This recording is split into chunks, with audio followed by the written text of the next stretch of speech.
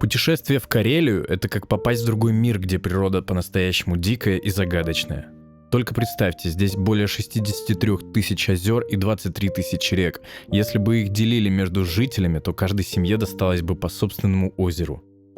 Карелию называют легкими Европы за ее бескрайние леса и кристально чистый воздух. А летом здесь можно гулять под солнцем даже ночью, ведь в июне и июле наступают белые ночи, когда темнота почти не наступает. В нашем путешествии нас ждут настоящие чудеса. Мы отправимся в городище Пасо, прогуляемся по знаменитому парку Рускеала с его мраморными каньонами, прокатимся на катере по Ладожским шхерам, будем ночевать дикарями в палатке у озера и еще много чего интересного. Карелия — это то место, где можно почувствовать себя настоящим первооткрывателем. Именно этих эмоций в жизни порой так не хватает. Поэтому в этот раз мы решили взять с собой бабушку. Ведь, как говорится, путешествия растягивают наше субъективное представление о времени. А время — это как раз то, чего нам всем всегда не хватает. В этом ролике я расскажу, какие места стоит посетить, как спланировать маршрут и в какое время года ехать в Карелию. Но обо всем по порядку. Наше путешествие началось в начале июня. В это время года как раз наступают белые ночи, когда закат растягивается на несколько часов, а ночи практически не наступают. Мы встретили бабушку с вокзала, и у нас был еще один день, чтобы показать ей Москву. Буквально с минуты на минуту она приедет. Мы подождем, а вы встречаете Людмила Григорьевна.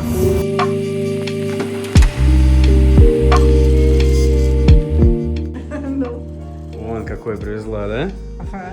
Сейчас мы распаковываемся, будем пить чаечек. Готовлю бабуле завтрак, пока она в ванной. Лучок домашний, свежий. Яички домашние привезла нам. Ой, вкусно как! Вкусно? Обалденно! Давай, пару слов после чая. После чая вот в голове крутится такое что-то. Ну, такое. как чуть-чуть пьянит, да, немножко? Да, пьянит. А когда если меня пьянит, то мне хочется спать.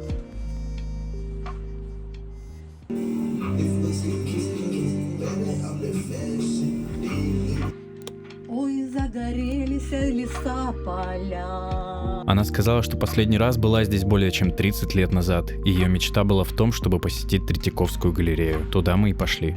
Мечты сбываются, да?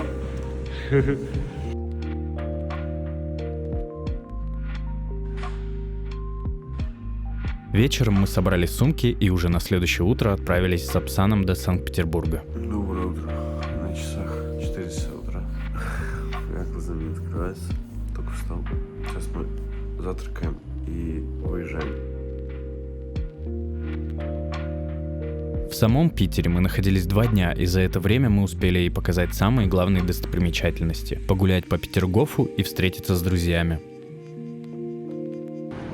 Вот она бабуля. Ну вообще, ну что, как твои впечатления? Да, у меня нет слов. Вкусный? Да, я на дачу как приезжаю, я первым делом пойду, когда одуванчики, пойду одуванчиком наемся. Здравствуй, Питер! Да, здравствует Санкт-Петербург.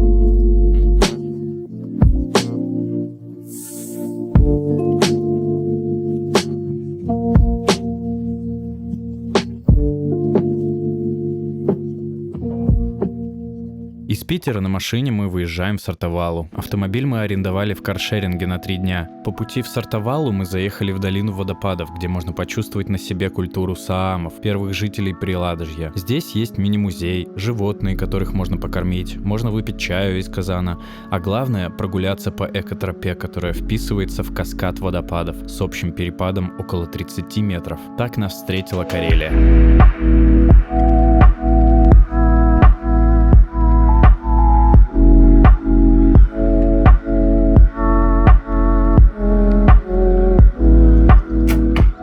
От долины водопадов до города Сартовала ехать всего час, но по пути нам встречались кофейни у скал, живописные места и множество пирамидок, которые люди строят для того, чтобы вернуться сюда еще раз. Мы, последовав традиции, остановились у дороги и тоже построили пирамидку. Такие пирамидки — это туристическая традиция, но в Карелии есть древние каменные сооружения — сейды, которые создавались теми самыми саамами около 6000 лет назад. Когда мы приехали в Сартовалу, время близилось к закату, и мы решили посетить гору Пасо, взобравшись на ее вершину по экотропе, которая доступна всем туристам.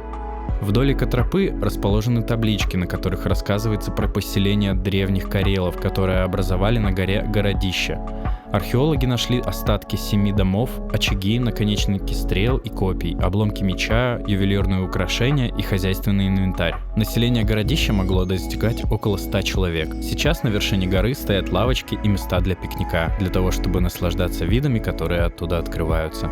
Спустившись с горы, нами было принято решение искать ночлег. Мы планировали, что эту ночь мы проведем у озера в палатке. Я нашел такое озеро недалеко от горного парка Рускеала, в который мы собирались поехать с утра. Но вот только подъезд к самому озеру нам пришлось искать своими силами. Пока мы искали подъезд, пробираясь на машине сквозь лес, начался сильный дождь, и нам пришлось преодолевать грязь, рискуя застрять прямо там. Но мы справились и уже скоро выехали на тропу. На карте было видно, что развилка ведет направо и налево, но по факту был только один путь, и на этом пути стоял знак «Вход и въезд запрещен, идет валка леса». Немного помешков, потому что машина была арендована и не очень-то хотелось, чтобы на нас упало дерево, я все-таки рискнул проехать по этой дороге, и уже за поворотом нас ждал лесоповал с большой техникой и уже сваленными деревьями. Бабушка на заднем сиденье крестилась, а я жал на газ. Буквально через 5 минут мы его проехали и выехали к единственному подъезду к озеру. Мы поставили палатку, разожгли костер и снарядили удочки. Нужно же попытать удачу. Но, к сожалению, рыбу за весь вечер мы так и не поймали. Зато посмотрите, какой пейзаж. А главное то, что он длился до 2 часов ночи. А может и дольше. Мы легли спать примерно в это время. Потому что от такой красоты не хочется отрываться. Наутро мы собрали вещи, заварили себе термос пуэра и выехали до горного парка Рускеала. Дорогу мы выбрали другую, ибо еще раз по лесоповалу ехать не хотелось. И это была ошибка. Ведь из леса дорога заняла в 2 раза больше, чем вчера. Когда мы выехали, то заехали покушать в местную кафешку. Там мы попробовали карельские калитки. Обязательно попробуйте, если будете в Карелии. А потом сразу направились в горный парк. Основой парка Рускеала является бывший мраморный карьер, который стал памятником истории и культурным наследием. Мрамор из Рускеала использовался для строительства и отделки известных зданий в Петербурге, например, Исаакиевского собора. В самом парке можно посетить различные экскурсии, посмотреть пещеры, поплавать с аквалангом прямо в озере и даже прокатиться на канатном тросе через весь карьер. После посещения парка мы выехали в город Лагденпохья, который расположен на берегу Ладожского озера. Ведь именно там мы заселяемся в прекрасный двухэтажный дом с баней, купелью и шаговой доступностью до воды. Это, наверное, коррекционный, да? Туалет. Это что? Это купель. Реально? Да. А где баня? Вот. Вот, получается, раз комната с двойной кроватью. Вот. 2 комнаты. А здесь вот такой вот жилет. Ой-ой-ой, я вот здесь хочу сесть, рисовать, писать. Вот так.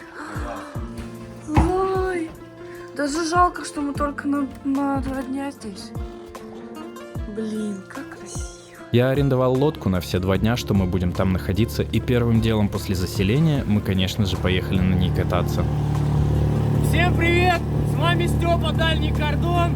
Вы спросите, почему именно Лагденпохья? А все потому, что прямо здесь можно посетить ладожские шхеры. Слово «шхеры» имеет скандинавское происхождение и буквально означает «скала в море». По сути, ладожские шхеры — это архипелаг из более чем 600 скалистых островов с редкими растениями и животными. Одним из таких животных является ладожская нерпа. Нам очень повезло встретить их в дождливую погоду, но подплыть близко к ним так и не удавалось. Они очень осторожны и боятся людей. Все 2 дня, что мы тут провели, мы отдыхали, жарили шашлыки, плавали на лодке и рыбачили. Ну, точнее, пытались, потому что ни одной поклевки у нас так и не было. Но это нас ничуть не расстроило, потому что та красота, которую подарила нам Карелия, перекрывает все.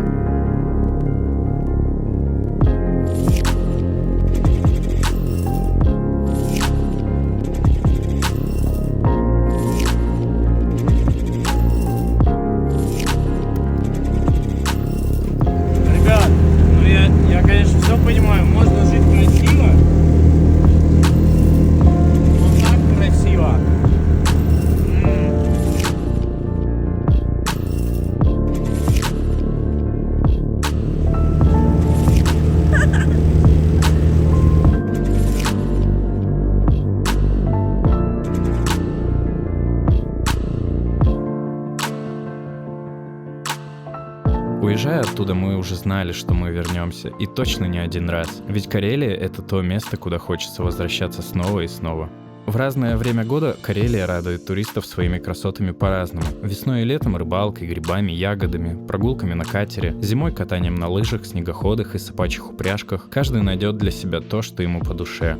Самое сложное в путешествии — это спланировать маршрут. Поэтому я оставил в своем телеграм-канале список мест, которые стоит посетить, если вы едете из Санкт-Петербурга. Ссылка в описании к ролику. Подписывайтесь на канал, ставьте лайки, радуйте близких и путешествуйте. До скорых встреч!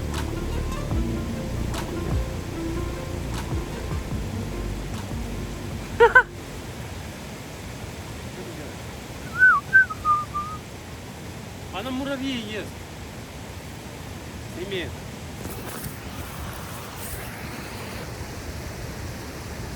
Не хочу я муравей есть.